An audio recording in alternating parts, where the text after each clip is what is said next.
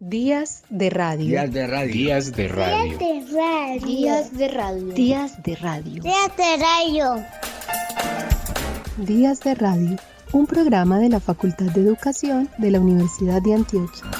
Escúchanos en el dial 1410 AM de la emisora cultural de la Universidad de Antioquia y en su sistema de radio educativa en las regiones del departamento. La radio no finaliza cuando termina el programa.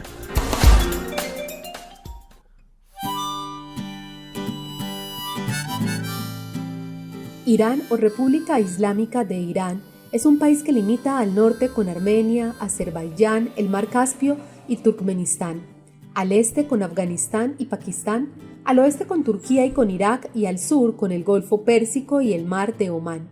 En él viven 81.8 millones según últimos datos oficiales del año 2018, del cual aproximadamente el 49% son mujeres. El Islam está consagrado en la Constitución hoy vigente como religión oficial. La mayoría musulmana iraní es chiita. Hay una minoría musulmana sunita, sobre todo entre la población de origen kurdo y en la zona fronteriza con Pakistán. Otros musulmanes pertenecen a la creencia autóctona conocida como bahaísmo. Existe una importante minoría cristiana de origen armenio junto a asirio-caldeos. También hay un pequeño grupo de judíos muy testimonial y de seguidores del zoroastrismo. Estas 4 religiones tienen un representante cada una en el Parlamento de Irán. Desde el 14 de septiembre de 2022 se han desatado una serie de manifestaciones y protestas en Irán por Mahsa Amini, quien murió tras ser detenida y presuntamente golpeada por la Patrulla de Orientación, que es la policía religiosa islámica de Irán. Las protestas comenzaron en las ciudades de Saqqez, Sanandaj, Bane y Bihar, en la provincia de Kurdistán, y luego se extendieron a otras partes de Irán. Estas protestas hoy siguen vivas en muchas ciudades y han puesto nuevamente en la esfera pública la situación de las mujeres en Irán. Esto es solo una punta del iceberg. La vida de las mujeres en Irán no ha sido siempre como hoy la conocemos. ¿Cómo era entonces la vida de las mujeres antes de la Revolución Islámica? A través de una nota de la BBC conoceremos un poco al respecto. ¿Cómo era la vida de las mujeres en Irán antes de la Revolución Islámica? Escrito por Margarita Rodríguez, BBC News Mundo. Vi muchas fotos de mi abuela antes de la Revolución, ella con el velo y mi mamá con una minifalda, viviendo en armonía una al lado de la otra. Lo que recuerda Rana Rahimpour, presentadora iraní-británica del servicio persa de la BBC, no se circunscribe únicamente a su familia. En Irán, antes de la Revolución Islámica de 1979, no existía el estricto código de vestimenta que actualmente obliga a las mujeres, por ley, a llevar el velo y ropa modesta islámica. Irán era un país liberal, a las mujeres se les permitía vestir lo que querían, cuenta. Su testimonio es relevante, mientras en decenas de ciudades iraníes se suceden las protestas por la reciente muerte de una joven de 22 años que había sido detenida por la Policía de la Moral, que se encarga de hacer cumplir los códigos de vestimenta islámicos. Rahimpour nació después de la revolución, pero la experiencia de sus padres y familiares y su trabajo periodístico le han permitido profundizar en la transformación que vivió su país tras la caída del Shah. Una transformación que en los primeros años no fue más allá de la ropa. No teníamos segregación de género antes de la revolución, pero después de 1979 las escuelas fueron segregadas y los hombres y mujeres que no tenían parentesco eran arrastrados si los sorprendían socializando entre ellos. Cuando era adolescente en Irán, la policía moral me arrestó por estar en una pizzería con un grupo de amigas y amigos. Antes de 1979 había discotecas y locales de entretenimiento, y la gente era libre de socializar como quisiera. Las películas previas a la revolución también son testimonio de una época en la que las mujeres podían escoger si vestir atuendos occidentales o más conservadores. Veías una variedad de formas de vestir, algunas usaban el velo negro o chador, pero no de la manera en la que el gobierno en la actualidad lo exige. Antes de la revolución de 1979, Irán fue gobernado por la dinastía Pahlaví, que se inició tras un golpe de estado. En 1926, el líder del golpe, Reza Khan, fue coronado Reza Shah Pahlaví y su hijo Mohammad Reza Pahlaví fue proclamado príncipe heredero. Después, él se convertiría en el último Shah. Esfandiari dejó Irán en 1978 y regresó 14 años después para investigar el impacto de la revolución en las mujeres. En esa entrevista, la periodista contó que el movimiento de mujeres en Irán comenzó a fines del siglo XIX, cuando las mujeres salieron a las calles durante la revolución constitucional. Después de eso, muchas de ellas empezaron proyectos sociales, como abrir escuelas para niñas y publicar revistas mujeres. A esa red, que comenzó en la capital de Teherán, se trataron de vincular otras provincias, y eso llevó al desarrollo del movimiento de mujeres. Cuando finalmente se abolió oficialmente el velo, fue sin duda una victoria para las mujeres, pero también una tragedia, porque se les quitó el derecho a elegir, tal como sucedió durante la República Islámica, cuando se reintrodujo oficialmente el velo en 1979. En 1941, su hijo, Mohammad Reza, asumió el poder. Durante su reinado comenzó la modernización del país, señala Amini.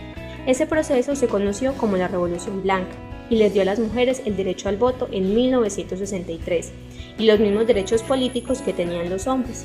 La legislación, explica Amini, expandió los derechos de las mujeres. La Ley de Protección de la Familia aumentó la edad mínima para el matrimonio de las niñas de 13 a 18 y también dio a las mujeres más influencia para pedir el divorcio. También hizo que los hombres solo pudieran tener una esposa. Las mujeres llegaron a ocupar posiciones de poder. Tuvimos mujeres ministras, juezas, recuerda Rajimpur. Sin embargo, pese a las promesas de la Revolución Blanca, las mujeres todavía estaban confinadas a los roles tradicionales, indica Amini. Para 1971, Mohammad Reza, que se había autodeclarado Shansa Shah, el rey de los reyes, no solo era uno de los hombres más ricos del mundo, sino líder absoluto de Irán. Su régimen era cada vez más represivo contra los disidentes políticos. De acuerdo con Esfandiari, el progreso conseguido por las mujeres durante su reinado se desestabilizó hacia el final. Las mujeres, independientemente de lo que quieran vestir o de su grado de religiosidad, fueron parte de esa fuerza que terminó provocando la caída del Shah en 1979. Amini no cree que las mujeres se sintieran necesariamente más independientes antes de la Revolución Islámica. Irán todavía era una sociedad religiosa muy conservadora, pero en ese entonces había voluntad política para romper ese molde tradicional y conservador y permitir que las mujeres florecieran y ocuparan más espacios en la sociedad. Dicho florecimiento, aclara, nunca llegó a suceder plenamente. Después de la revolución, nos dimos cuenta de que muchas personas religiosas se sentían incómodas con las minifaldas y con las libertades que hombres y mujeres tenían, y por eso también estuvieron de acuerdo con la revolución.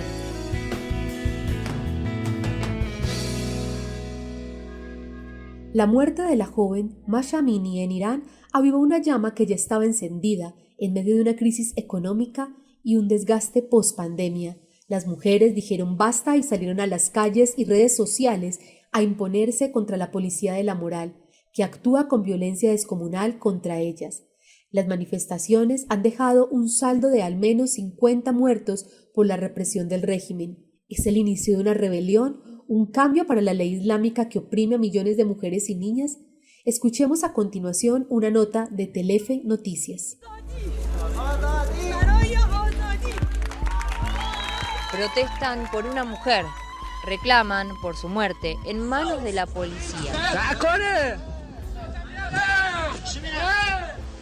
Su delito, bajarse el velo obligatorio.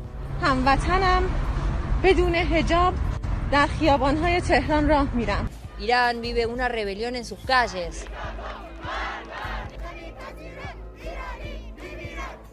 El centro del conflicto es Teherán y Kurdistán. La protagonista es la joven iraní Mahsa Amini. Tenía 22 años y murió tras haber sido arrestada por la policía de la moral, que se encarga de hacer respetar el código estricto de vestimenta en la República Islámica para las mujeres. حجاب یه چیز انتخابیه. اجباری نباید در کار باشه. من دوست دارم اینو بپوشم، یکی دوست داره نپوشه، یکی دوست داره چادر بزنه. Este código está vigente desde 1979 y exige que las mujeres deben cubrirse todo el cabello, con un velo que debe permanecer puesto mientras están en público. Amini no cumplió. Tenía su hijab unos centímetros más abajo de lo adecuado y esta falta le costó la vida.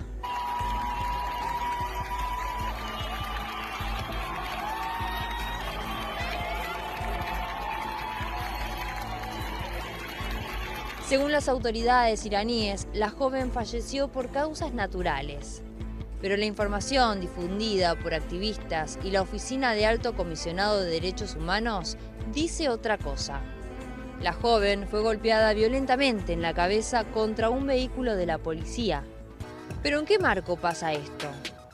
Los derechos de las mujeres en Irán son respetados dentro de la ley islámica conocida como Sharia. Es un código de conducta dictado por las distintas autoridades religiosas y que adopta el rango de ley. Esta ley interpreta el Corán de diversas maneras y regula el comportamiento de la sociedad, tanto en la sexualidad como en el control de natalidad. 40 millones de mujeres y niñas iraníes desde los 7 años deben cubrir su cuerpo y cumplirlo a rajatabla si no quieren recibir golpes, latigazos o hasta penas de prisión. Pero esa es solo la parte visible de la opresión.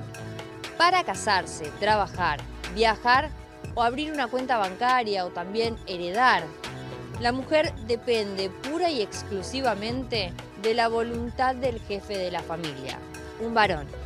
En este contexto de opresión también las apremia el desempleo, la inflación y las pocas posibilidades de entrar a la universidad. Con las últimas crisis económicas de Irán, muchas mujeres tuvieron que salir a trabajar y han sostenido a la familia. Son ellas las que cuentan con trabajo o buscan trabajos alternativos para salir adelante y así, simbólicamente, han desplazado de alguna manera al hombre como cabeza de familia.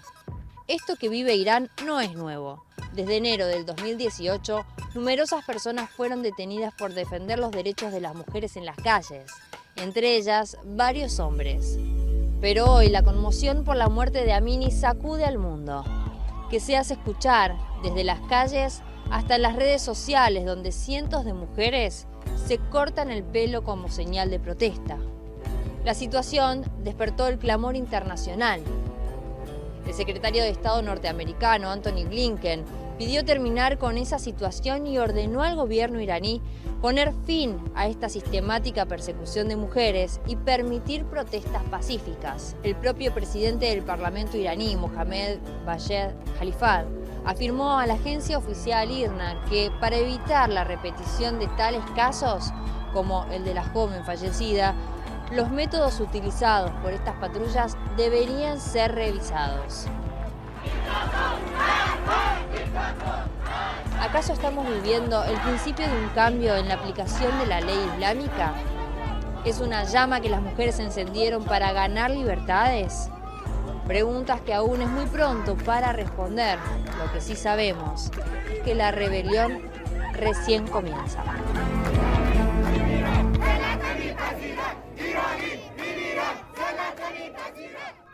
En Irán se ha ido tejiendo una revolución silenciosa entre las mujeres. A través de una nota de Florence Baugué en Nueva Sociedad, nos daremos cuenta cómo se ha ido gestando. En Irán, la creciente presencia de las mujeres en todas las esferas de la vida social resulta cada vez más relevante. Mientras el régimen persigue a las jóvenes en virtud de su vestimenta inadecuada, muchas de ellas establecen una suerte de juego entre el gato y el ratón con las policías de costumbres, al tiempo que lograron derribar algunas de las barreras que aún les impiden avanzar. Su elevado nivel de instrucción, son mayoría en las universidades, facilita su independencia y la reivindicación de sus derechos, todavía postergados por la tradición islámica del país persa. Un grupo de adolescentes entra riendo al vagón y se sienta alegremente en el suelo, a falta de asientos libres. Con las sacudidas del vagón, sus velos se deslizan por sus hombros, descubriendo sus cabellos. Poco importa, aquí no hay sino pasajeras. En el subterráneo de Teherán, que entró en servicio a fines de la década de 1990, los coches primero y último están reservados para las mujeres. Suben allí para estar tranquilas, dicen ellas. La atmósfera es distendida. Los demás vagones son mixtos. En ellos, las parejas jóvenes se toman de la mano sin problemas. 37 años después de la Revolución Islámica, a pesar de una legislación que les concede menos derechos que a los hombres, las mujeres desempeñan un rol fundamental en Irán. Se hacen lugar en todos los sectores, aun si la mayoría de altos cargos de la administración todavía siguen cerrados para ellas. En virtud de una lectura estricta del Corán, las mujeres no pueden ser juezas de pleno derecho ni interpretar los textos sagrados, aun si acceden al rango de ayatolá, el grado más alto en el clero chiita, pero pueden ser arquitectas, jefas de empresa, ministras. El Parlamento cuenta con 9 diputadas, todas conservadoras, y acaba de ser designada una primera embajadora, Marcie Afham. Asumió su cargo en Kuala Lumpur en noviembre de 2015. Nada es fácil. Las mujeres deben luchar para imponerse y, sobre todo, para hacer que se reconozcan sus derechos en un país en el que sufren discriminaciones en todos los niveles. Para casarse, trabajar, viajar, abrir una cuenta bancaria o heredar, están sometidas a las leyes inicuas y dependen de la voluntad del jefe de la familia. Por ejemplo, contrariamente a su marido, para divorciarse, una mujer deberá fundamentar su decisión ante el juez y esperar su autorización. Los hijos le serán confiados hasta los 2 años en el caso de un varón, hasta los 7 en el de una niña. Luego, es el padre quien tendrá la tenencia, a menos que la rechace. En cuanto a la autoridad parental, corresponde al padre, aunque los niños vivan con su madre. El hombre es rey en la ley, como lo resume Asdeh-Kian, profesora de Sociología Política. Toda la sociedad cambia. De año en año conquistan nuevos bastiones. Es el país que forma más ingenieras, resalta Kian, antes de recordar que la primera mujer que obtuvo la medalla Fields, equivalente al premio Nobel en el área de matemática, en 2014 es iraní. En las provincias del sur, en particular en Baluchistán, de mayoría sunita, mientras que Irán es chiita en 90%, predomina la cultura árabe, más machista. Además, allí hay numerosos casos de poligamia, mientras que en el resto del país los iraníes son monógamos. Pero allí también el rol de las mujeres va creciendo. Es una evolución global de la sociedad, indica el economista Thierry Coville. El cambio más notable en Irán es la toma de conciencia de la importancia de la educación como medio para acceder a la independencia. El velo está lejos de ser la principal preocupación de las iraníes. Nos adaptamos, dicen convencidas de que no vale la pena generarse problemas graves por tan poco. El desempleo, la inflación o el concurso para entrar a la universidad les preocupan mucho más, todos los días. Yeganeh se divierte con sus amigas, eludiendo las reglas impuestas por el poder, como si jugaran al gato y al ratón.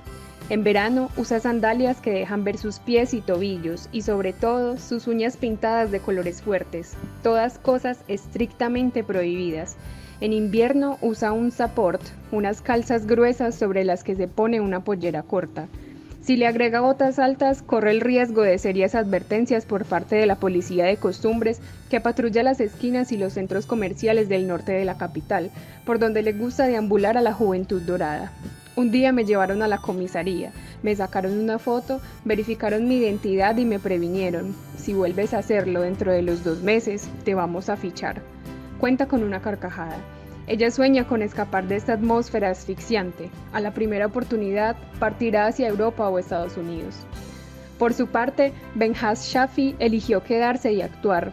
Pequeña, delgada, muy femenina y muy maquillada bajo su velo, es a los 26 años la primera mujer que obtuvo la autorización para competir en moto en forma profesional.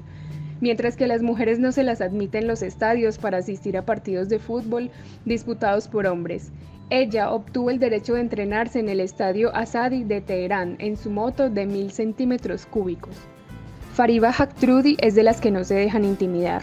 No hago ninguna provocación, pero digo bien fuerte lo que pienso, resume esta conocida escritora que confiesa riendo llevar en su ADN la locura de esta tierra. Haktrudi, que divide su tiempo entre su país de nacimiento y Francia, donde se radicó desde la adolescencia, renunció a hacer política y optó por la resistencia a través de la pluma. Cada vez que vuelve, constata que las mujeres ganaron terreno. En un pueblo de Baluchistán, el consejo municipal, por completo masculino, acaba de elegir una alcaldesa. Ejemplos como este hay por todas partes, exclama. Aunque la lucha de las mujeres continúa, es desorganizada y con mucha frecuencia individual. Demasiado ocupadas en sacar adelante su vida de todos los días, la mayoría de las iraníes olvida a figuras que estuvieron a la vanguardia de su combate. La abogada disidente Nasrin Sotoudeh, la directora de cine Rakshan Bani Etmad, ambas bajo vigilancia, o también la militante por los derechos humanos Narges Mohammadi, condenada a 8 años de prisión por propaganda contra el régimen. No podemos explicar por qué no somos felices. Es el ambiente el que no va. Amamos a nuestro país, pero lo que nos falta es sencillamente aire. Suspira esta ama de casa de 40 años a la que llamaremos Farah. En la Universidad de Ciencias y Tecnologías Elm o Sanat, donde estudia su hijo, los altoparlantes difunden cada día versículos del Corán y consignas moralistas. Los estudiantes tienen derecho a varias semanas de conmemoraciones. Está la semana de la guerra, la semana de los Basidig, la semana de los mártires. Es un lavado de cerebro. Estamos hartos, maldice Farah. Las mujeres. ¿Un desafío fundamental en Irán? Sin ninguna duda. Un profesor universitario, protegido por el anonimato, asegura: el régimen les tiene miedo. Ellas representan la mayor amenaza.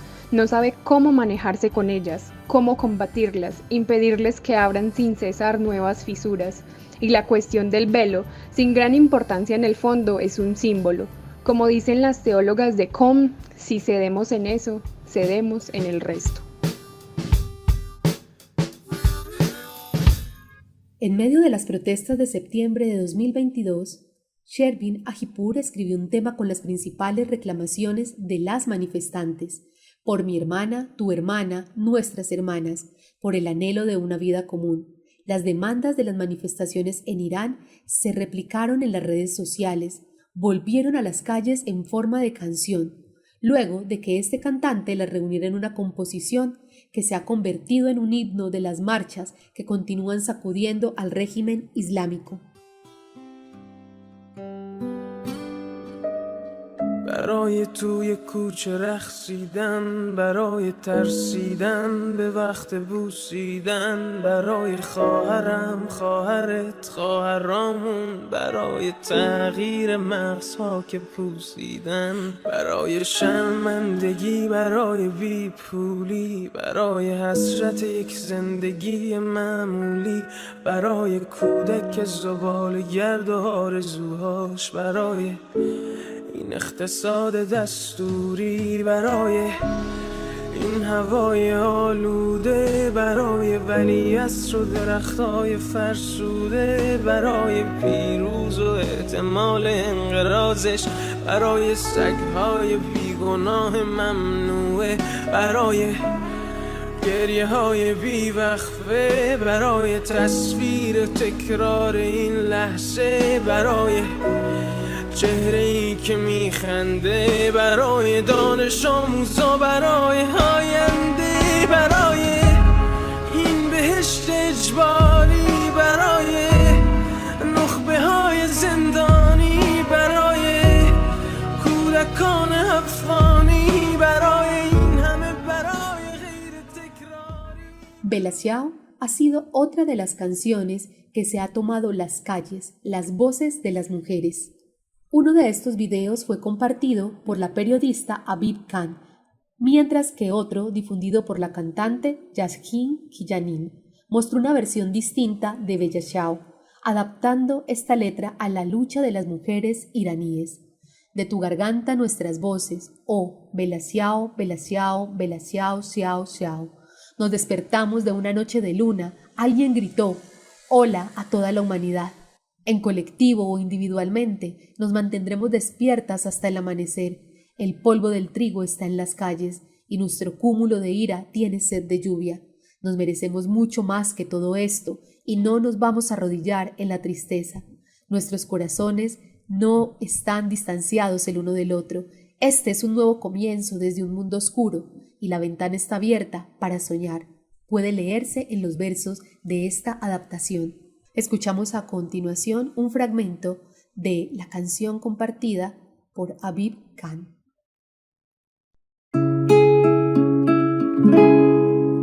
خاک این گندم تو خیابونه، خوشه خشم من و تو تشنه بارونه، حق ما کم نیست، زانوی غم نیست، قلب ما که دور از هم نیست، دنیای تازه این یه آغازه، پنجره تا رویا بازه. همه با هم همه تنها بلا چاو بلا چاو بلا چاو چاو چاو میپریم از خواب که شب مهتاب ما که بیداریم تا فردا آخرش زنجیر ظلم عالمگیر میشکنه با دستای ما. Parisa, una de las figuras más importantes de la música clásica iraní, fue una estrella en su país cuando tenía apenas 20 años, pero la revolución de 1979 cambió su vida. Desde hace décadas, las mujeres no pueden cantar en Irán en público.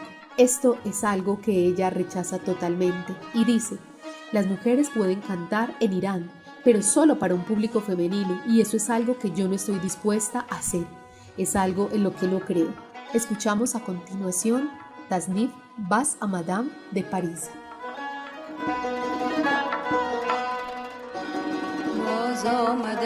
باز آمدم از پیش آن یار آمدم در من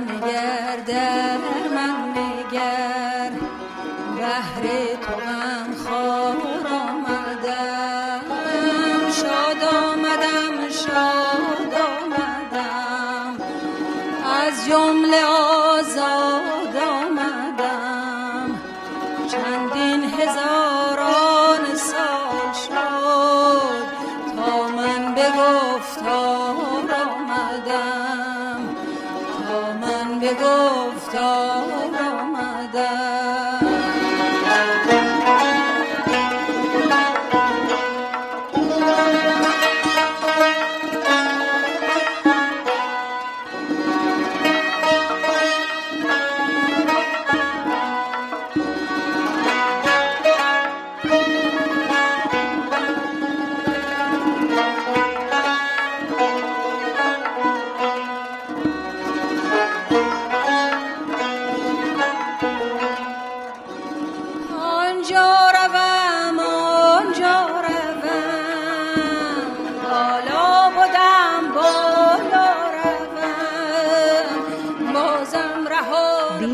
de radio. Días de radio. Días de radio. Días de radio. Días de radio. Días de radio. Días de Radio, un programa de la Facultad de Educación de la Universidad de Antioquia. Escúchanos en el dial 1410 AM de la emisora cultural de la Universidad de Antioquia y en su sistema de radio educativa en las regiones del departamento. La radio no finaliza cuando termina el programa.